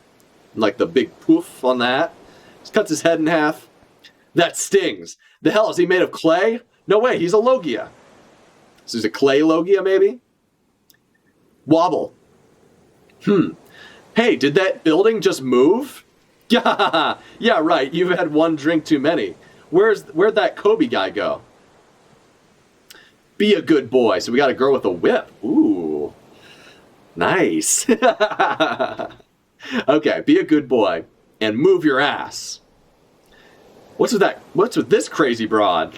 Oh, we got a guy with a luchador mask and a cool guy with a fucking... like, fucking, Where's Waldo hat? That's cool. I like the designs of the Blackbeard guys. They're really funny and, like, very piratey, and I really like them. It's like a varied group of, like, funny pirate boys, you know? What's with this crazy broad? No back talk. And wipe that dirty look off your face. So she's slapping a building around. Maybe she's got, like, the fucking, let me guess. What does she have? She's got a, I don't know, like a... rodeo fruit where she can like rodeo anything into under her control, I guess. I don't know. I don't know. Maybe she's maybe she's got the bondage fruit where anything she touches winces in pain but also pleasure. Is she scolding the building with a whip? Oh, we got a cutie. Okay. Damn, I like her. I like the blush that Oda drew on her cheek. She's a cutie. I like her hat. Like her sundress. Very cute. And why you guys staring? What? A Marine? What? You don't get many Marines around here. Well, at least you're both cute. Why don't you come a little closer? Oh shit. We're gonna have a three-way with these two guys right now? Navy HQ, Rear Admiral, Sword Member, Kujaku. Okay, so we got a rogue Sword Member here to fucking be a maverick and go against the grain. Haha. Navy HQ, Rear Admiral, Sword Member, Kujaku. A tamer woman who ate the whip fruit. So yeah, she's got the fucking... she can tame anyone. I kind of thought that might be the case. Granddaughter of the Great Staff Officer Suru. Oh, she's Suru's granddaughter. That's kind of cool. Her name means peacock. Okay, so Rear Admiral Peacock, or Kujaku. I think I heard Fuji Kujaku in Bleach once, which I think is like, what, like Wisteria Peacock? I don't know. Let's see.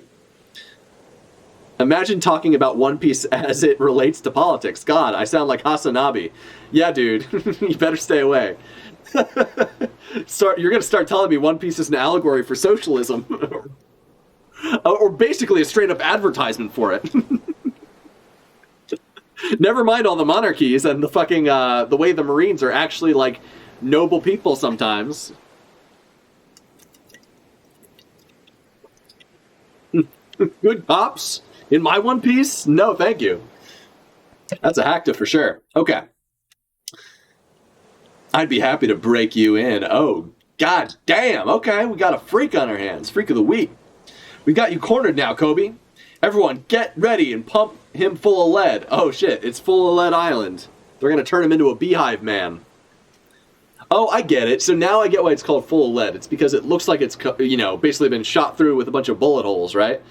So before Beehive was actually like cool because it looked like it had all these like holes in the giant skull, but now it's like Full of Lead actually makes sense too. Now that I think about it.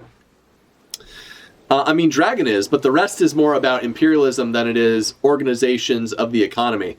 I mean, I don't know, man. Like, Dragon doesn't even want to take down, like, the Navy. He just, like, the revolutionaries just want to, like, dethrone the Celestial Dragons. That's pretty much it, you know? So, I don't know. Alright, whatever.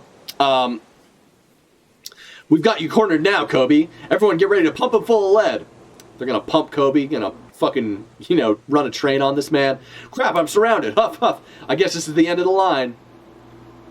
And their weapons turn to flowers, just like we saw with fucking Vegapunk. Vegapunk made a technology that turns people's weapons into flowers.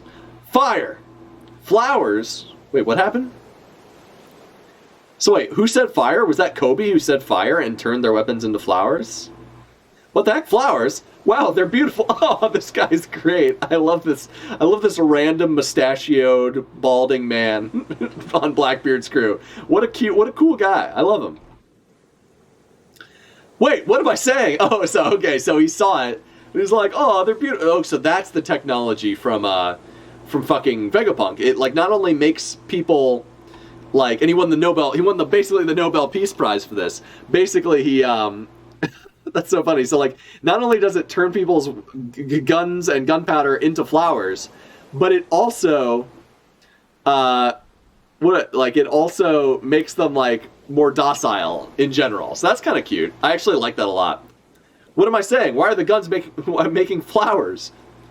These must be GP flowers. Who the hell did this? Hibari-san, is that you? So Hibari, we met her before we left the G5 branch. Kobe-senpai, get your butt over here. And don't get the wrong idea. I ain't here to help you. I was going out for lunch and just happened to be in the area. Wait, what? So she's a tsundere? Is that her thing? Hibari. And don't get me the wrong idea. I ain't here to help you. I was going out for lunch and just happened to be in the area. I use flower bullets so they won't be able to use their guns for a while. Nice. Okay. Okay, cool. That's pretty awesome. Like, honestly, like, that's a pretty sick power. I know it's, like, a power that anyone can use, but, yeah, it's pretty cool. HQ Commander, member of Sword, Hibari. So she's not... So Kobe outranks her by a little bit, but she's pretty cool. I like her cargo pants. That's pretty cute. And, like, her cargo pants with, like, a fucking stocking sticking out of the other side. She's got a really cute design, actually. These girl designs are really good. Especially Hibari. Not so much, Oh, and then we got this guy who's just sitting here vaping. Prince, what's your status? Oh, this guy's name is this guy's name Prince? Yo, we're all set. Sounds like Kobe's safe too. How are things on your end? So, okay, so we're actually meeting, like, the members of Sword, which we've already met this guy with a long-ass baseball cap. I guess he's, like, the Navy HQ Rear Admiral, member of Sword, Prince Groose. A clay man who ate the squelch fruit. So his warriors are out there, like, in the clay, and I guess, yeah, so he's sitting on a roof, and he's just chilling, making clay puppets. This is cute. This is a cool power. And this guy's kind of a badass. Yo, we're all set. Sounds like Kobe's safe, too. How are things on your end? What the heck? I don't remember the town center looking like this. Did the buildings move or something? So he's actually... Oh, so she's moving the buildings with her whip. All good. Aim right for the middle. Oh, shit. Okay, so that's someone... All good. And okay. So he's communicating with GARP, who's going to jump into the middle and literally destroy everyone with, like, one fucking punch, right? That would make sense. Sour Lemon says, this point us to do more with putting power back into the hands of the people, but it doesn't cover that as it relates to the economy, so I don't know if I'd call it socialism. Yeah. I mean, like, specifically, Dragon likes kings like Cobra, like King Cobra. So, I don't know. He's not exactly, like, trying to... I mean, maybe he just thinks Cobra's doing a good job, but, like, he's not inherently against, like, the idea of monarchy. He just doesn't like the world nobles because they're corrupt, you know? So I wouldn't call him, like, necessarily socialist, but whatever. Oda does love trans people and has a photo of socialist revolutionary in his office, though. Yeah, but he probably has a fucking photo of, like, I don't know, like George Washington at his home or something, you know? Just having a Che Guevara poster doesn't necessarily make him, like, a socialist, you know? He might think some things about Che Guevara are cool, but he's also specifically said in the SBS, like, don't, like, fight the cops, kids. You know, he's like, listen to the cops, kids, basically. So he's like, he's just not, like, as, you know, like, blue-pilled as, like, some people in America are. And that's fine, you know, whatever. Like, doesn't mean that anyone of any political affiliation can't, like, still get something out of One Piece. I just don't think, like, a lot of people project their own ideas and their own ideals and like what they, you know, onto One Piece and like take from it what like impacts them and what impacts their worldview and stuff. So like, and I do the same thing, man. Like I'm not immune to that. I'm just more aware of it. That's all. I mean, it's not smart to tell kids to fight cops. It's only smart to tell adults to fight cops. I mean, sure, but like, I don't know. He just said like, just in general, like don't, like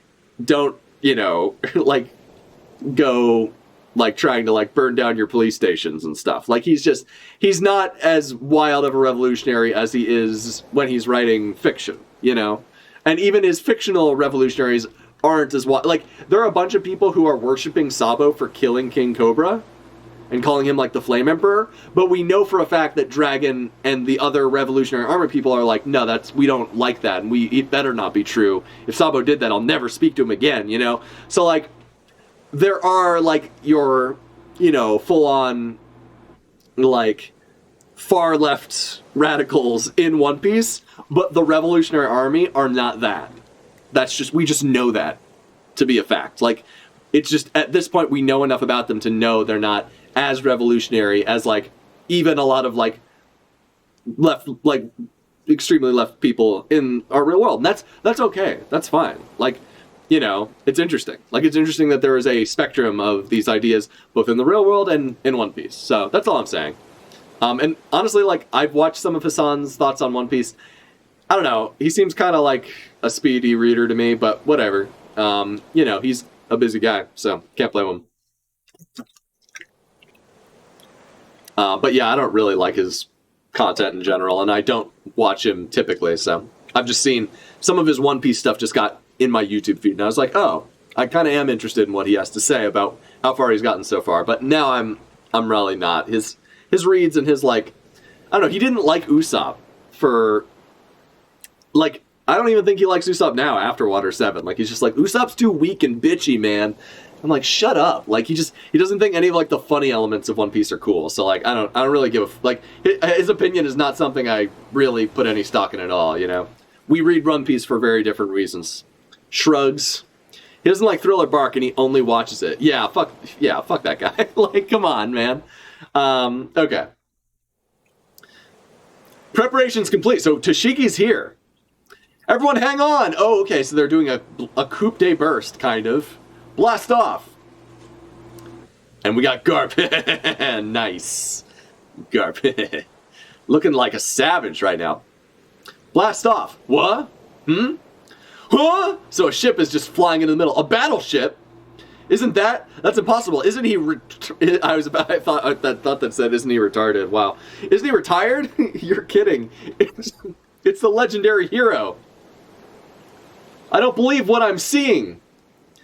Is that a Navy battleship flying up there? Nice. It's flying into the center. Oh, we're gonna get like, what is this, like mini Marineford right now? Wait, is someone standing on it? This is no time. Wait, so how did they fly in the first place? Did he like punch what happened? How did they blast off? Are we gonna find that, like, is that gonna get explained?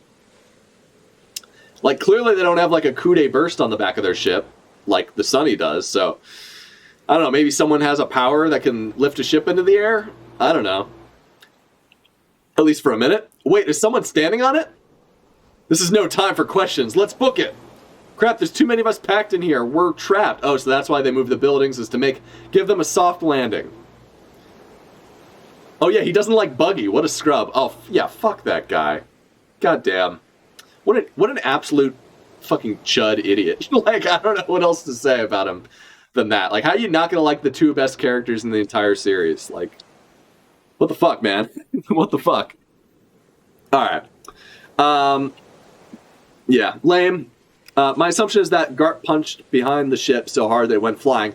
That's my assumption too, but like, that, we've literally never seen anything else like that. So, I don't know. I kind of want to know exactly what he did. Wait, is someone standing on it? This is no time for questions. Let's book it. Crap, we're all packed in tight. It's Vice Admiral GARP. Run for it.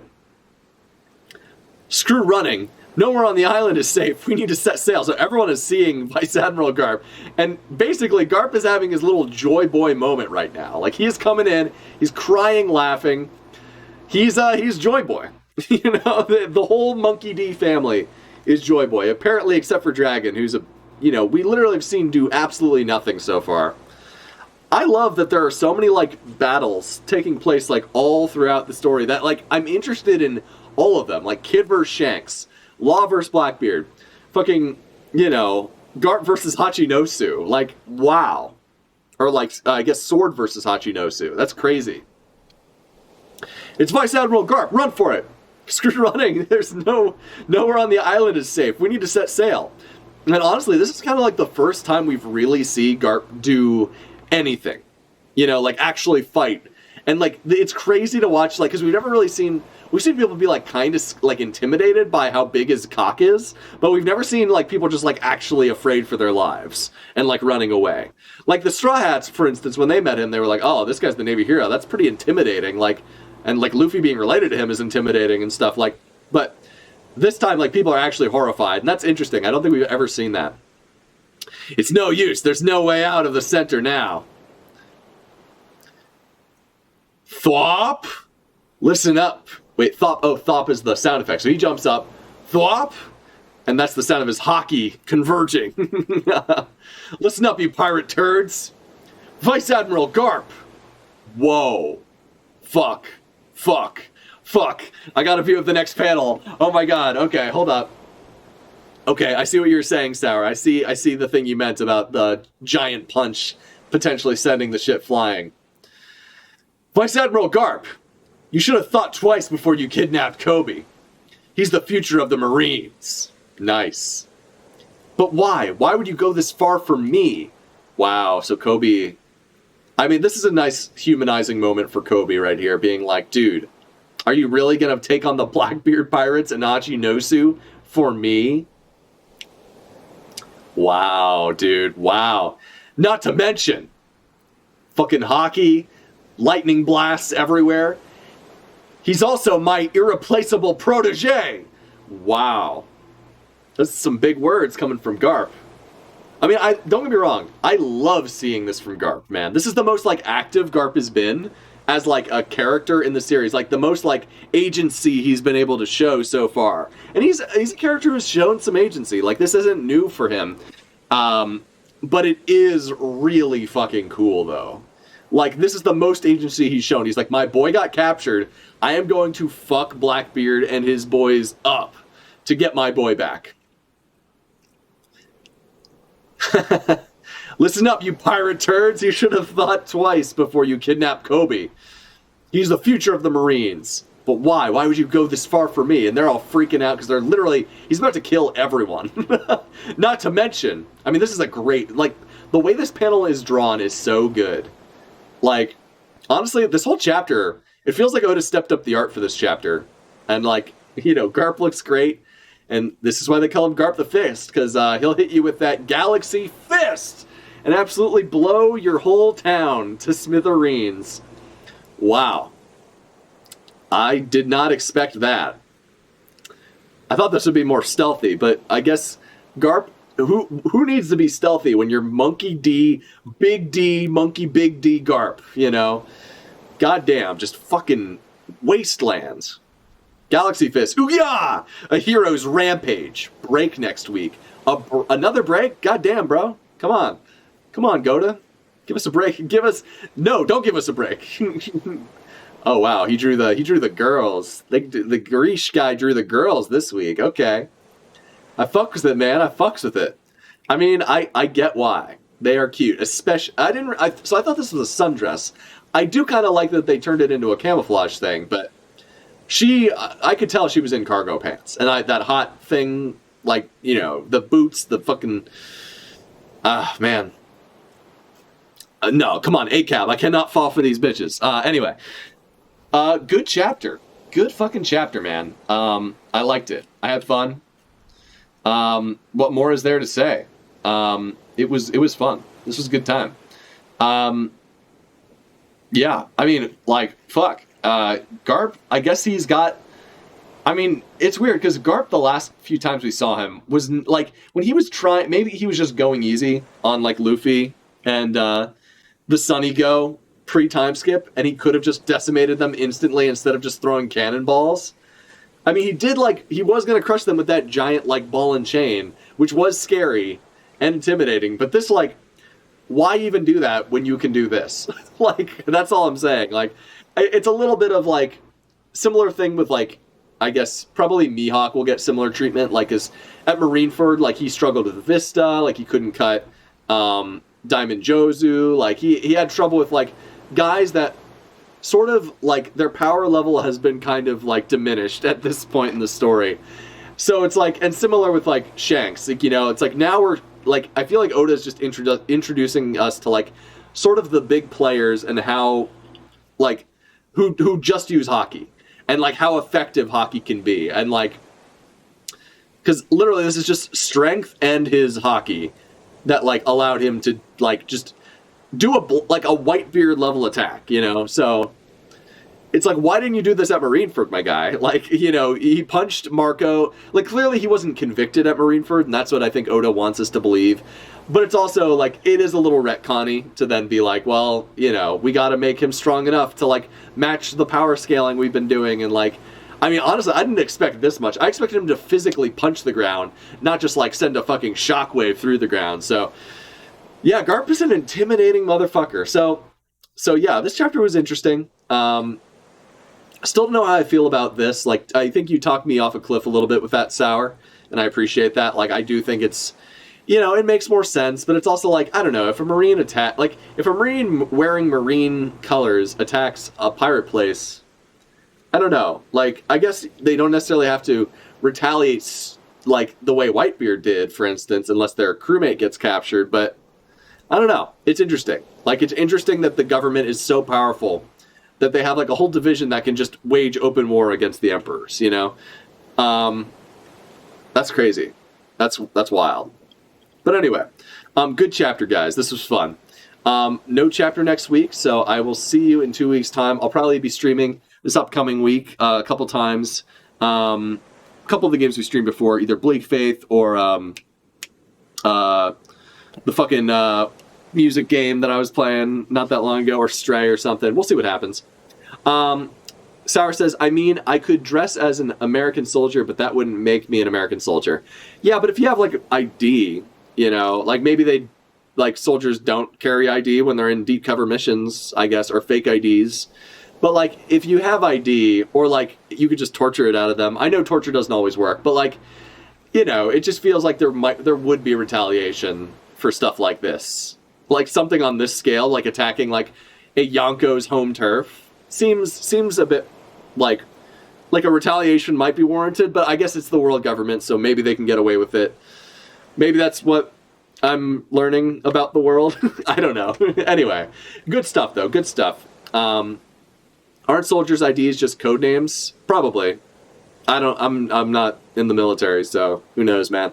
Maybe. Anyway. But yeah, good chapter, guys. This is fun. And, Sour. Like, you have an identification number, but not literally an ID on hand. Yeah, probably. Yeah, I don't know. It depends on where you're a soldier, I guess. Who knows? I know, like, people, like, introduce themselves as, like, private first name, last name in the U.S. anyway, but who knows if, like, that's what they do abroad or on missions, so I don't know. Anyway, guys. Cool chapter. Honestly, really fun. Like, a really fun chapter to go through. I enjoyed it a lot, and I'm, like, very interested to see what happens next. Are we going to continue with this plotline, or are we going to cut away? Are we going to go back to Egghead? At this point, there's so many other cool things going on. I kind of like Egghead feels a little bit overshadowed. And despite me, like, being interested in how it's going to play out, like, clearly Oda's building up to something big that's going to happen there, like, in 24 hours or something. Something, like, potentially on the level of, like, Sub-Odi pre-time skip, you know, when the crew got separated or something. Maybe something even more intense than that. Like, it's been compared to Ohara. Clearly, Oda's building to something big with all those events. But, like, honestly, some of these other things have been, like, super interesting. And I'm kind of more interested in how this particular conflict is going to play out than even, like, the stuff on Egghead right now. Because this is just, like, world-shaking events. The Blackbeard Pirates versus you know, these guys, the sword guys, that's pretty intense right there. That's a pretty intense clash of world powers in a lot of ways. So, wow.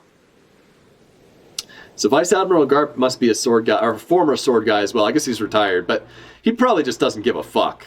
But this is cool. This is good stuff. Anyway, guys, thank you again for joining me this week, and definitely look out for some streams next week. But if I don't see you at those, I'll see you with ChipZ Ahoy in 2 weeks' time. So thanks again for joining me, and have a great weekend. See you later.